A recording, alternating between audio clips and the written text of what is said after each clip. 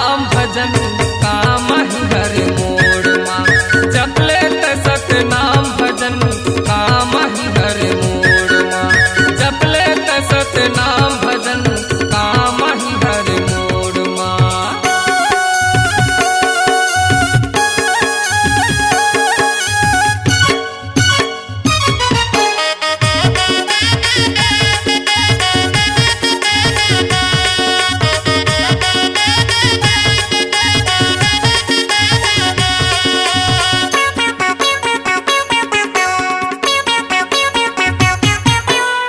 घर करम करके जिंदगी ला जीले पानी ला पीले ते छान के। पानी पीबे तहाँ छान के गा, पानी पीबे तहाँ छान के। हंसी बोली में रिश्तेदारी निभाले मिठ बोली बोलबे जुबान से। मिठ बोली बोलबे जुबान से गा, मिठ बोली बोलबे जुबान से। रहिबे सदा तय जोर माँ नहीं गढ़ी काटा है गोड़ माँ। रहिबे सदा तय जोर माँ नहीं गढ़ी काटा है गोड़ माँ। जपले त सतनाम भजन काम ही हर मोड़ माँ। जपले त सतनाम भजन काम ही हर मोड़ माँ। जपले त सतनाम भजन काम ही हर मोड़ माँ।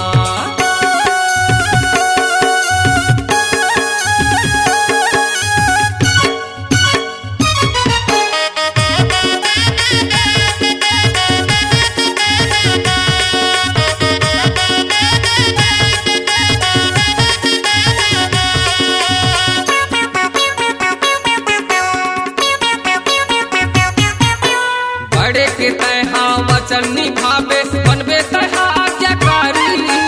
बनबे तहाँ आज्ञाकारी गा, बनबे तहाँ आज्ञाकारी। रोटी खाबे तय अपन कमाई के छोड़बे तहा चुगली चारी। छोड़बे तहाँ चुगली चारी गा, छोड़बे तहाँ चुगली चारी। रैले हवे ताके डोर माँ नहीं गढ़ी काटा है गोड़ माँ। रैले हवे ताके डोर माँ नहीं गढ़ी काटा है गोड़ माँ। जपले त सतनाम भजन काम ही हर मोड़ माँ। जपले त सतनाम भजन काम ही हर मोड़ माँ। जपले त सतनाम भजन काम ही हर मोड़ माँ।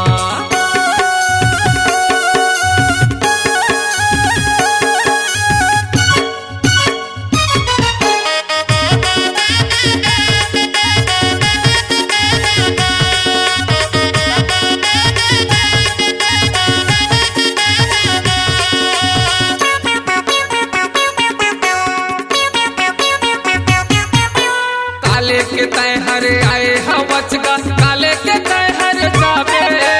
काले के तहाँ जाबेगा, काले के तहाँ जाबे। पर उपकारी बन हितकारी वृथा उमर झन पहावे। वृथा उमर झन पहावेगा, वृथा उमर झन पहावे। ज्ञान लेबे ज्ञानी जोर माँ गर्जा ही काटा है गोड़ माँ। ज्ञान लेबे ज्ञानी जोर माँ गर्जा ही काटा है गोड़ माँ।